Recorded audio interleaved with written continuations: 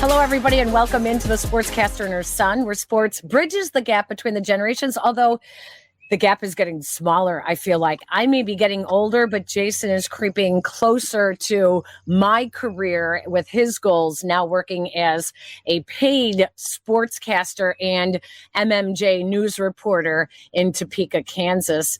Welcome into my co-host and my son, Jason Kinander. Hi, Jason. Hi, Mom. How's it going? Everything's really good, buddy. This is an exciting time of the year with you working in the industry and me starting Bears season. Let's jump right in and talk about the Bears. They opened training camp this week.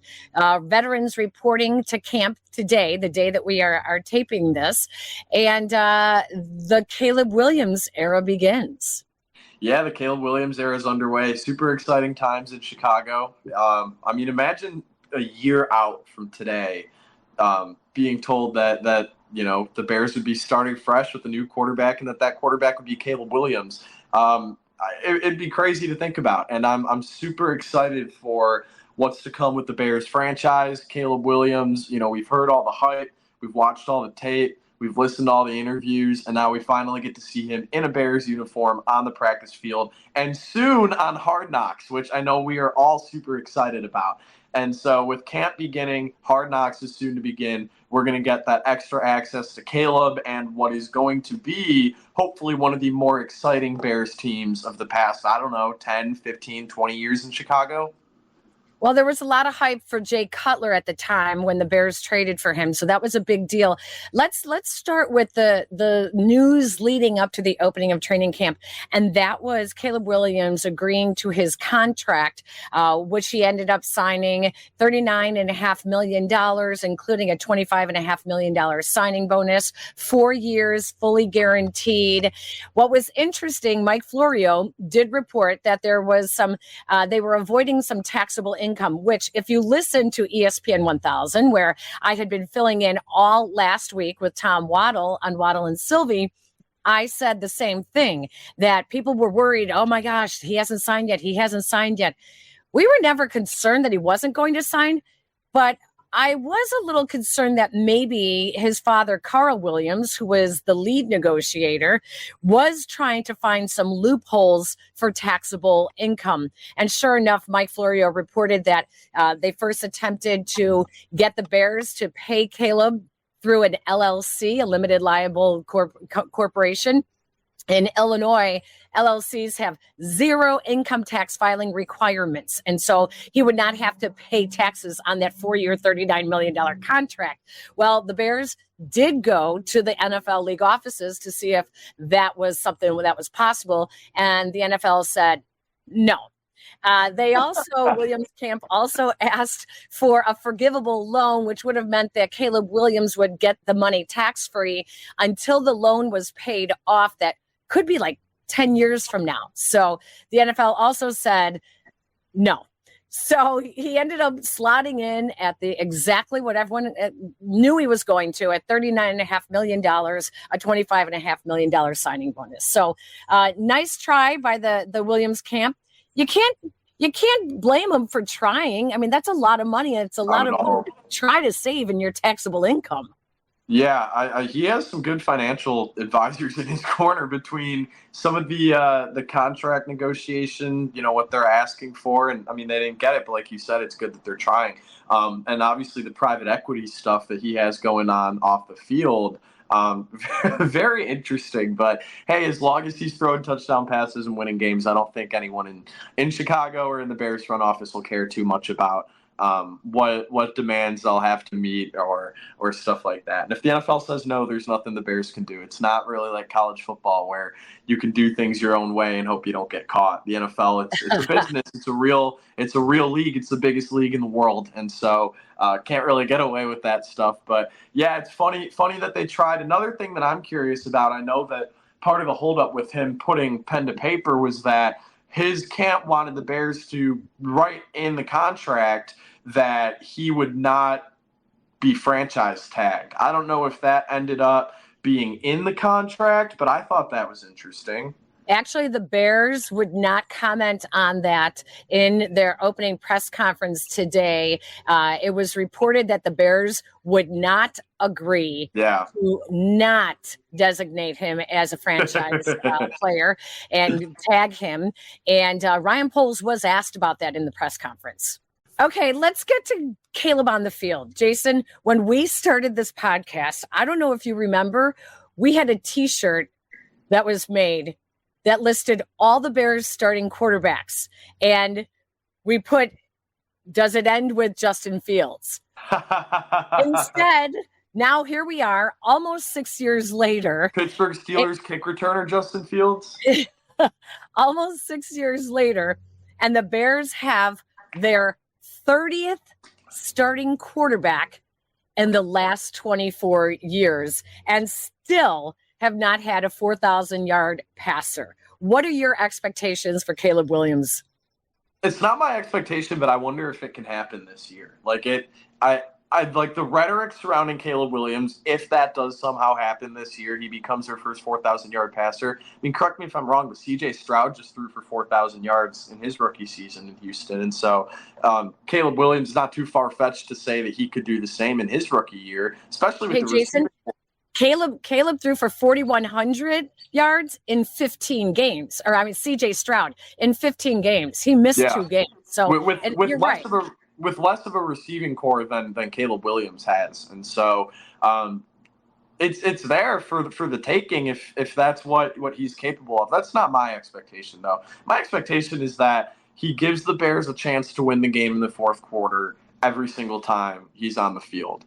And that means that with the exception of 1 or 2 games where the defense just doesn't show up, and maybe that doesn't even happen this year because it seems to be a really strong defensive unit, Caleb Williams is a net positive on the football field. That's what you expect out of a top 10 quarterback in the NFL, which, he might not be numbers-wise his first year in the league, but everyone is expecting him to be by year 2 as this generational type prospect, first overall pick, chosen one for the Bears, so to speak. And so I try not to put any numbers in my head for expectations, yards-wise, touchdowns-wise, especially on both between through the air and on the ground. But my expectation is that he gives the Bears a chance to win, and in turn, the Bears finish over 500 this year. Well, if you remember, the Bears have almost always had a veteran backup quarterback. When Justin Fields came in, he was not expected to start his first year. They had 2 veteran quarterbacks, and it didn't go so well. We heard reports afterwards that there was a little bit of unhappiness in the quarterback room. And so now we hear from Matt Eberflus that Justin Fields, I'm still thinking about Justin Fields, that Caleb Williams is the starter from day one, and they don't have a veteran. Instead, it's Tyson Bagent backing him up. What do you think about that? I think the quarterback room, well, let me just say, as a college football fan, the quarterback room is really fun. You've got Brett Rippon, former Boise State quarterback. He won a lot of games in Boise for the Broncos. He might be cut by the end of the preseason, probably will be because the ownership and front office seems to really like Tyson Bagent. And then Austin Reed, the undrafted free agent who they brought in out of Western Kentucky. I'm intrigued with him because he led the nation in passing touchdowns a year ago. He has a rocket for an arm. It's kind of like the same idea with Tyson Bagent last year. If Austin Reed was an undrafted free agent last year and the Bears brought him in, he would have been Tyson Bagent. He would have started the games that Justin Fields missed. So this is a kid with a lot of talent. I'm interested to see if he maybe breaks camp on the roster, if he surpasses Rippon, even Bagent, if Bagent has a rough camp, rough preseason.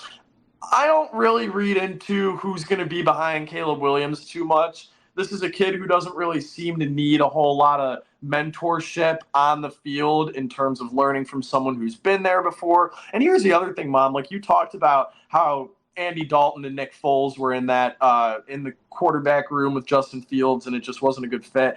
Mitch Trubisky, too, the Bears had Mike Glennon starting. And so, it's just the Bears haven't set up their rookie quarterbacks with got good guys to learn from, and I think luckily Caleb Williams doesn't need that. They're surrounding him with a great wide receiver core and a offensive line that they've invested a lot of draft capital and money in now. And so I don't think too much about it, honestly, to answer your question. What do you think?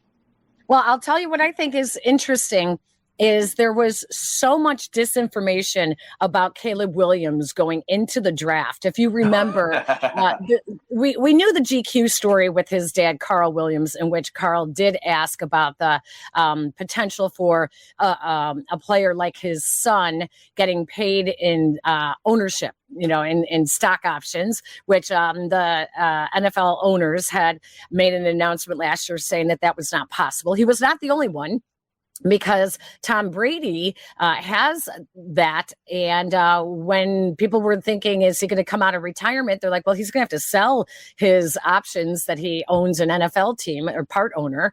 And also Aaron Rodgers asked about it with the New York Jets. So that wasn't shocking. But what was really hard to figure out was all of the disinformation coming out before the draft. The stuff about his painting his fingernails, that somehow he was soft, and the fact that he was crying in his mother's arms after a game. He was. That's not disinformation. That did happen. I mean, right. This is just the way that people perceive the information is incorrect. I mean, that's a really good point. To different lengths and stretching it out. But, the painting of fingernails, like, he'll be the first to admit to you that he does that. And the crying in his mom's arms, I watched that game against Washington. That was a brutal loss for them. That ended their playoff hopes in his last season. And so, yeah, I mean, people draw their conclusions on a player who they haven't really watched and a person who they don't know. That's my take on that. And that's exactly it, because there were even reports that he doesn't get along with his teammates and that they were happy that he was leaving. Well, Ryan Poles made it obvious that in their dealings and in their very deep-seated investigation of Caleb Williams before they drafted him, they found exact opposite, that he was well loved by his teammates, that he is a team-first guy, that he's, first in, first out of the offices, that he is all football. He is not Hollywood. Even Jalen Johnson went on some recent talk shows and basically walked back what he said before the draft, saying, we don't want anyone bringing any Hollywood in our locker room. And he said, yeah, there was a lot of images that people were painting of Caleb Williams. But once they met him and once he walked into the locker room, he really handed it over to the veterans. He didn't try to take it over. He wasn't arrogant. We have heard nothing but positive things from the Bears veterans on their impressions of Caleb Williams. Yeah, and I think that's something that it doesn't really surprise me. Actually, I was on radio, Wichita sports talk radio station last week, and they asked me about Caleb Williams. And I said, this is somebody who at every stop, Oklahoma, USC, now the Bears, he has been well received by his coaches, his teammates, the fan base. He's a super talented kid, and he's a likable kid. Like, I think he's somebody where a good way to describe his persona is like, you hate to play against him, but if he's on your team, he's going to be your favorite player because he's got a big smile on his face, and he has an infectious personality, and he makes the type of plays that you're going to tell your kids about. The thing with, his teammates at USC and allegedly being happy with him leaving. USC is not happy about him leaving. There is no way. The Trojans might not make a bowl game this year in their first year in the Big Ten. That roster is rough. And their defense last year was one of, if not the worst Power 5 defense I had ever seen in college football. And that's something that people don't realize with the context of Caleb Williams' stats and with some of the tape late in games is like, he was put in impossible positions by his defense. Those games against Oregon and Washington, they didn't get stops the entire games. And so that's something that luckily won't happen in the NFL, but is something that does need to be considered when thinking about Caleb Williams and what he's done up to this point. So let's talk about how can he be put in a position to succeed? What have the Bears done to help a rookie quarterback who never took snaps under center in all of his college games? Not since high school has he taken snaps under center. What can they do to help him be successful in his rookie year? Everyone points to CJ Stroud, but you almost have to just put him in his own position. First of all, he has better targets. What Ryan Poles has done on offense is really pretty incredible. There is a lot of competition in the wide receiver room. You have DJ Moore, Keenan Allen. You have Roma Dunze that they drafted 9th overall. You have DeAndre Swift, along with Khalil Herbert and Roshan Johnson. Don't know if Velus Jones Jr. is where he fits in this equation. Dante Pettis is a guy that they can rely on as a blocking wide receiver, but they have surrounded him. Oh, Cole Kmet, Gerald Everett, Mercedes Lewis is brought back for his leadership. They have really surrounded him with veterans and talent so that he doesn't have to try to do too much and win games on his own. So what exactly is fair expectations of Caleb Williams in his rookie year? The Bears won 7 games last year. Do they take a step back because they have a new offensive coordinator? They have a new starting center. Do they have a new quarterback, quite obviously? Or have they learned, and can they actually build on those 7 wins and not miss a beat? I don't know, Jason, I'm still calling for 9 wins. I know that the line is at 8, but I still think 2 wins is still improving, but there's a lot of people who said you have to be better than that. And I'm not so sure they can be better than that in the NFC North. I actually disagree with that last point. I think that in the NFC North, I think that the Bears have the potential to win 10 games and make the playoffs. I think that the Lions are obviously the best team in the division and maybe even the conference, but the Vikings are in a transition period. J.J. McCarthy may not start week 1. And obviously they have a great receiving core, but the defense struggled a lot last year. And after a few years of Kirk Cousins kind of driving the ship in Minneapolis, I think that change of guard is going to affect the win-loss column for sure, the win column for sure. And Green Bay is a team that I am not high on. And if you know me, I'm not somebody who is biased against the Packers by any means. I love Aaron Rodgers. I'm a big fan of his. I was a big fan of his when he was on the Packers. Was not a Packers fan. Don't get carried away here. But I'm not a huge fan of what they've built on offense. I like Jordan Love. I thought Josh Jacobs was not a great allocation of their money this offseason. And some of the young receivers, Christian Watson I like, but Jaden Reed is somebody who, I'm not as high on. He is a Chicago kid. I'm not as high on as the rest seem to be. Dontavion Wicks is somebody who I thought could have surprised some people as a 5th-round pick last year. He really didn't. And Romeo Doubs is the last person who I'm thinking of. It's just not a very exciting receiving core. And the defense in Green Bay struggled last year. People didn't really talk enough about how some of their first-round picks, DeAndre Wyatt, Quay Walker, really did not look the part. And so Green Bay is a team that I actually think is going to struggle. And so in turn, there are wins to be had in the NFC North. Week 1, they play Tennessee. I mean, I think that there's no better way to anoint the Caleb Williams era in Chicago than by beating the Titans by 17-21. What about you?